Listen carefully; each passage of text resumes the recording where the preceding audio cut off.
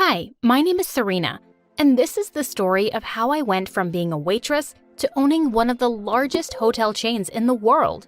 But before I continue, click like and subscribe.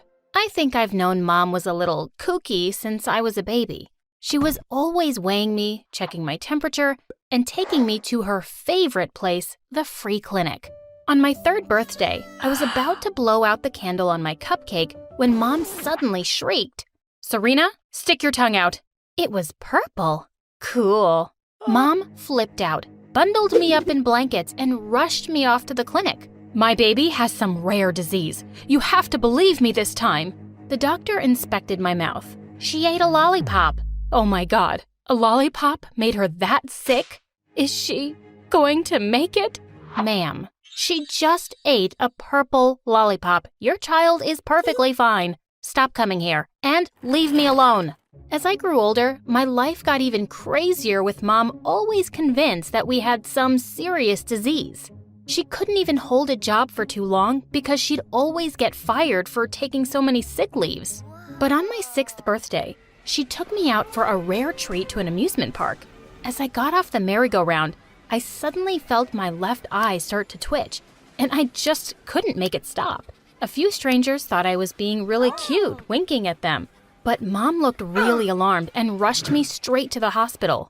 The doctors ran some tests and concluded that the involuntary winking was a minor condition called blepharospasm, usually triggered by excitement or stress. What? That doesn't even sound minor. It's perfectly harmless. A small procedure will fix it. But we didn't have the money for it. It's just a little winking, right? It'll be fine. You'll be fine. What could go wrong? Turns out, a lot. A few months after that, my mom got a job as a teaching assistant at a really posh school. She was psyched because that meant I could go to this school for free. But on the very first day, in the very first class, I ended up winking at our cranky old math teacher. She looked like I'd just spit on her. "How dare you wink at me, you naughty child?" "Miss, I can't help it. It's a condition called blepharospasm." "Do you think you're really smart saying big words and I'm some buffoon? Stop making up nonsense and stop doing that." "I can't." "Can't or won't?" "I would if I could, but I really can't." Everyone around me was falling off their chairs laughing when suddenly a girl spoke up. "Miss, she did tell me that she was too smart for your class." "What? I've never even seen you before." "Okay, Miss Smarty Pants, why don't you solve this question?" "Oh, miss, can I? My math tutor from China taught me this. I don't think she'd know. Look at her shoes. She looks poor." I walked up to the board and solved it in a second. A 1st grader could solve that. I guess having a fancy tutor doesn't make anyone smart if they're like, dumb. After that, Barbara swore vengeance on me. She was always pulling tricks on me to make me look idiotic. One time, she told everyone I was stinky and I'd pooped my pants. I did not. "Did too. I just saw you winking again. Stinky Serena." She pulled my pants down and suddenly everyone burst into laughter. "We can see your underpants." What an idiot. In the 4th grade, I got selected for an important speech for Christmas. But during rehearsal, I suddenly realized I didn't have the speech paper on me. I felt really nervous and I started to speak from memory, but my winking was set off and the principal looked really annoyed. "Do you think this is some joke? You have to perform this speech in front of nuns and priests. You're not doing it. Barbara, you will." Barbara hopped on the stage and started reading out from a paper. It was my speech. But things got even worse by the time we reached 8th grade. The boys started paying me a lot more attention. One day in the gym, Barbara was clinging onto her jock boyfriend like a snake when I accidentally winked at him. He dropped Barbara to the floor and dashed straight towards me. "That wink stole my heart, Serena. Be my girlfriend." "Ew, you already have a girlfriend." "Not anymore." He tried to kiss me, but just then, a flying stiletto hit my head. "Get away from my man, you boyfriend stealer." Hearing that, another girl spoke up. "She did it with my boyfriend too, and now he can't stop talking about her." Another jock chimed in. "My girlfriend and I broke up because she winked at us both." Wait, when did that happen? Seconds later, the gym was filled with flying shoes as I tried to run for my life. Thankfully, just then, someone yelled, "Guys, there's a new guy and he's super hot." Within seconds, everyone was out the door. Phew, a guy would keep these girls distracted for weeks. But when I saw him, I had to admit, he was a total babe. Class, I would like you to meet Victor, an exchange student from Russia. He'll be joining us for this school year. Without a word or a smile, he walked to his seat. Barbara turned to me and hissed, "You can have all the boys you want, but Victor is mine. Stay away from him." "What are you talking about? I'm not even doing anything." Yet. Over the next few days, Barbara kept following Victor like a desperate puppy. But the guy was emotionless, like a robot. He wouldn't even smile back at anyone. But one day, Barbara saw me sneaking a glance at him and she pushed me from behind. I would have fallen to my death, but thank God, someone saved me. It was Victor. While he was holding me in his arms, our eyes met and I winked. He immediately dropped me to the ground. That was the stupidest wink I've ever seen. Please, don't do that again. Barbara was by his side instantly. "She's always doing that. She's a freak. I'll introduce you to the cool kids here." With that, she put her arm through his and they walked away. What a jerk. I was so getting back at this dude. The next day, I found him in the library playing chess with the others. And of course, he kept winning. Who was this guy? Freaking perfect Edward Cullen? When he was done beating everyone, I plopped into the chair in front of him. One of the kids shouted, "Loser will pay the winner $1,000. Russians are monsters in chess, Serena. You're just gonna embarrass yourself." I gulped. I couldn't pay $10, but it was too late to turn back. I had to win. We started playing, and to my surprise, I checkmated him in just 4 moves. He handed me a check and left without a word. Just then, I had the craziest realization, and I followed him outside. "Hey, you let me win on purpose, didn't you?" Suddenly, he walked closer to me till his face was just inches from mine. What are you doing?" He came even closer, and then he whispered in my ear, "You're welcome." Blood rushed to my face in anger. "How dare you underestimate me? Take your stupid money." I tore his check in half and walked away. What an arrogant jerk. But when I got home, I almost wished I'd taken the money. I found Mom curled up in bed, crying hysterically. "Mom, what's wrong?" "I'm sorry, sweetie, but your mama failed you. I quit my job today." "But why?" "I'm almost certain I have bird flu." "But Mom, only birds get bird flu." "You don't know that. I read in the news that it's spreading like crazy. I'm not leaving the house. I'm so sorry, but you'll have to drop out of that school." I had no idea when Mom would work again, and I needed to get a job immediately. Over the weekend, I found a decent job as a server at a fast food joint. At the end of the day, I'd have some guy waiting to take me on a date because I'd winked at him. As annoying as it was to explain the condition over and over, my winking got me crazy good tips. One day while I was working, a group of kids walked in, and I spotted Barbara and Victor among them. As soon as she saw me, she grinned wickedly. "Hey there, little Miss Ugly, Dumb, and Broke. You missed a spot." Then she poured a glass of soda all over the table. To my surprise, Victor jumped up instantly. "What are you doing? This is stupid." He started mopping up the table with tissue papers. Our eyes met, and before I could stop myself, I winked again. At that, Barbara turned into a freaking Karen. "Where is the manager? I demand to see the manager. This moron is trying to flirt with my boyfriend." That witch was going to get me fired. Thankfully, Victor stepped in and dragged her out. "She's not my girlfriend, and she didn't wink at me." I got a warning from my boss, and after that, he made me wear tinted glasses at work. One day after my night shift, my boss asked me to throw the leftover food in the dump outside. But why would you want to do that? There are so many homeless people all around. We could just give it to them. "I run a business, not a charity. Just do what I'm telling you to." I took the bag out and saw a lot of beggars and homeless kids lining up around the dumpster to dig through it for food. Not on my watch. I secretly gave them all the food and started taking the night shift daily. It felt great to be able to help them all. But just 2 weeks later, as I was about to distribute the food, my manager jumped up from behind the dumpster.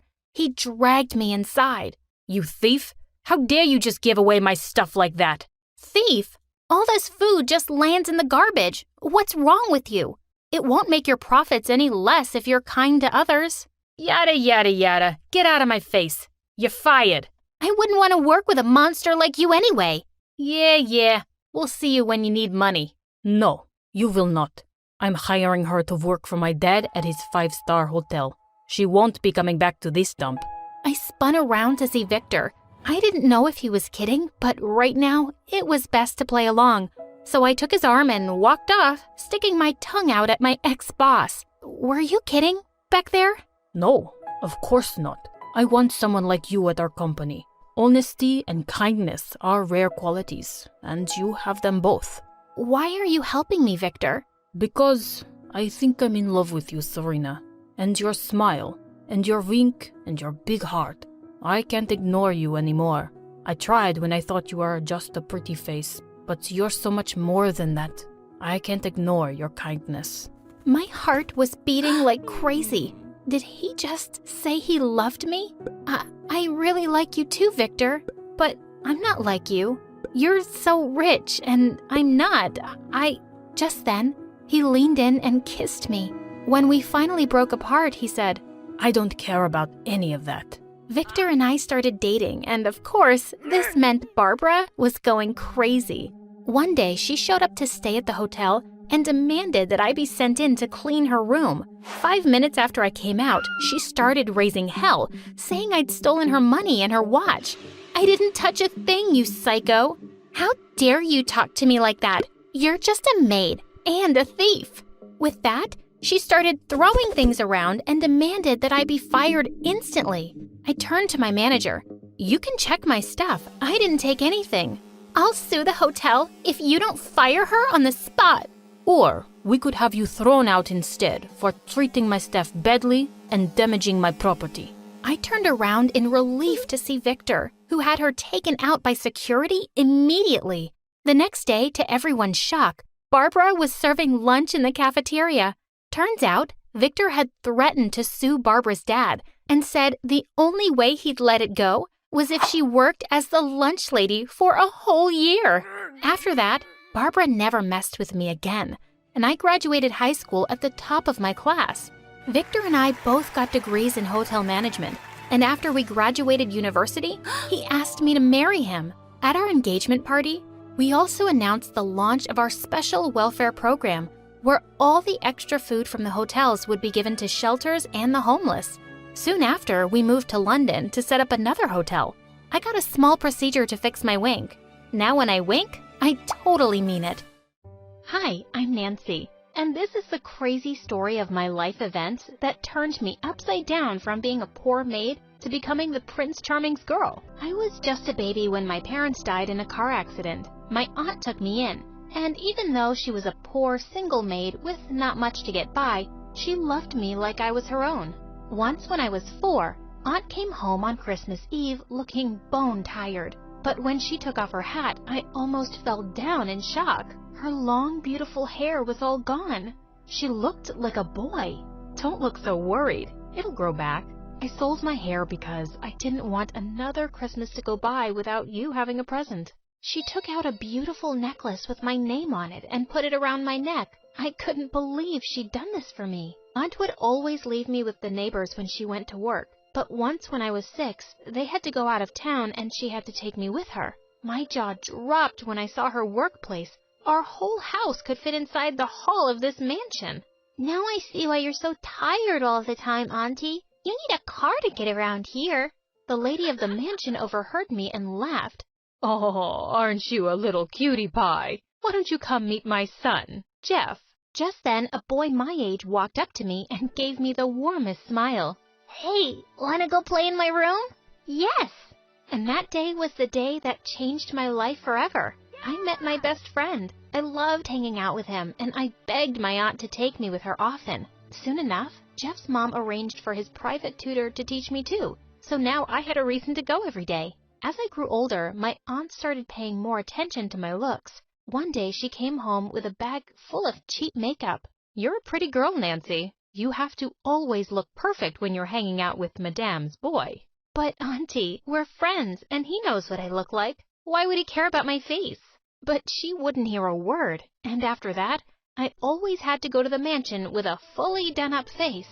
Over the years, I realized that I had totally fallen in love with Jeff, but I knew I was just the maid's niece, and he'd never feel the same way about me. Once when I was 14, I fell really sick and couldn't go to the mansion for a week. But when I was alone at home one day, someone rang the doorbell, and I was shocked to see that it was Jeff.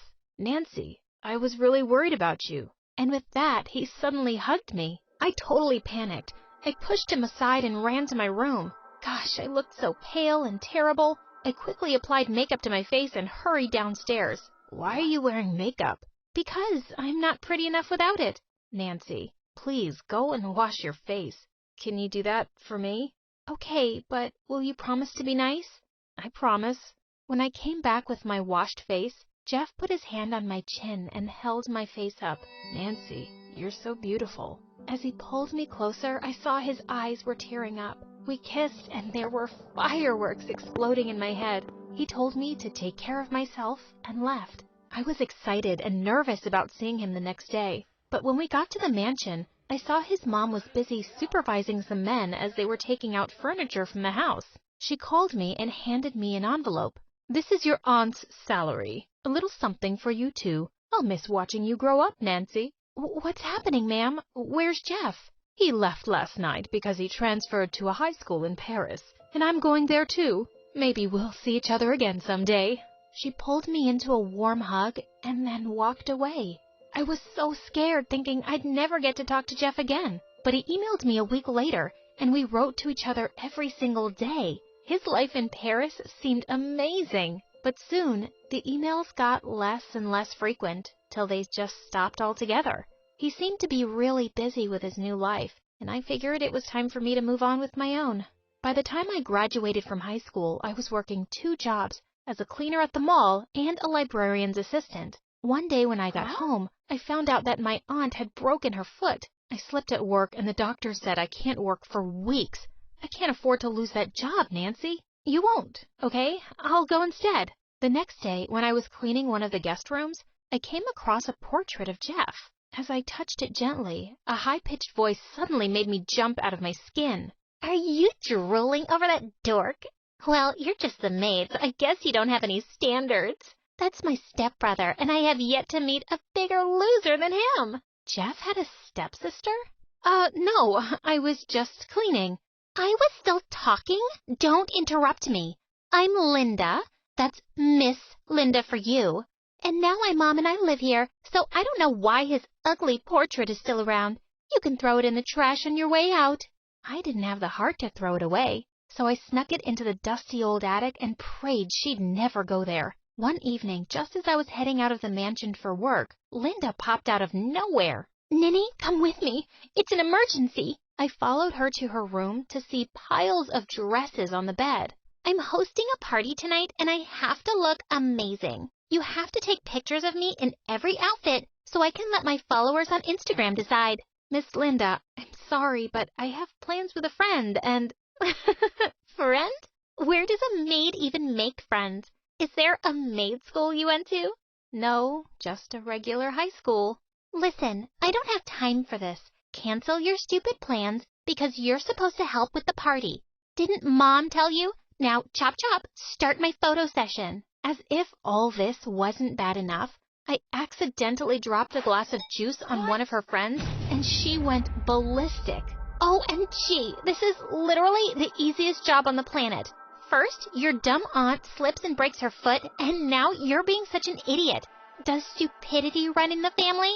I turned around, grabbed my stuff, and ran out the front door. I was never coming back here. Just as I stepped out, I bumped into someone. Jeff? His adorable smile lit up his face, and he pulled me close. But suddenly I pushed him away. "No, you just cut me out of your life, and now you decide to walk back into mine and expect me to welcome you?" "I know you're mad, and I'll understand if you don't want to forgive me. But Nancy, I've missed you so much." So, why didn't you stay in touch? I tried, but I had Dad watching me like a hawk. He did his best to make sure I wouldn't contact you because he felt you were distracting me. I'm so sorry. I looked at his face and I knew he was being honest. Can you please just hug me now? We hugged. He whisked me away to a beautiful viewing point on a cliff, with the whole city glittering beneath us and the stars above us. He gently drew me close and kissed me, and in that moment, it felt like everything was just right. The next day, I really didn't want to go back to work, but I did for Aunt's sake. When I got there, Linda was already screaming at the maids. The minute she spotted me, she went off on me. Here comes another idiot. Did you think elves and fairies were going to come at night and clean this mess? It's still waiting for you. Get to it. Now! Before I could speak, I heard Jeff behind me. Knock it off, Linda. You can't talk to Nancy like that. Oh, I see. You're in love with this maid. Well, history really does repeat itself. Our dad also married way below his league when he chose your mom. Now it's your turn. Don't you dare say anything about my mom or Nancy, and you can't treat her this way. Oh, yeah? Watch me.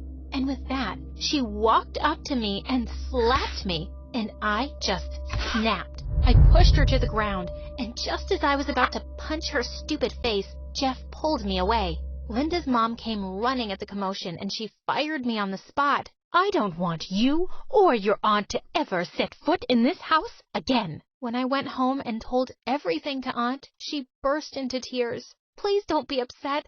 I promise I'll find another job. But just then, Jeff spoke up.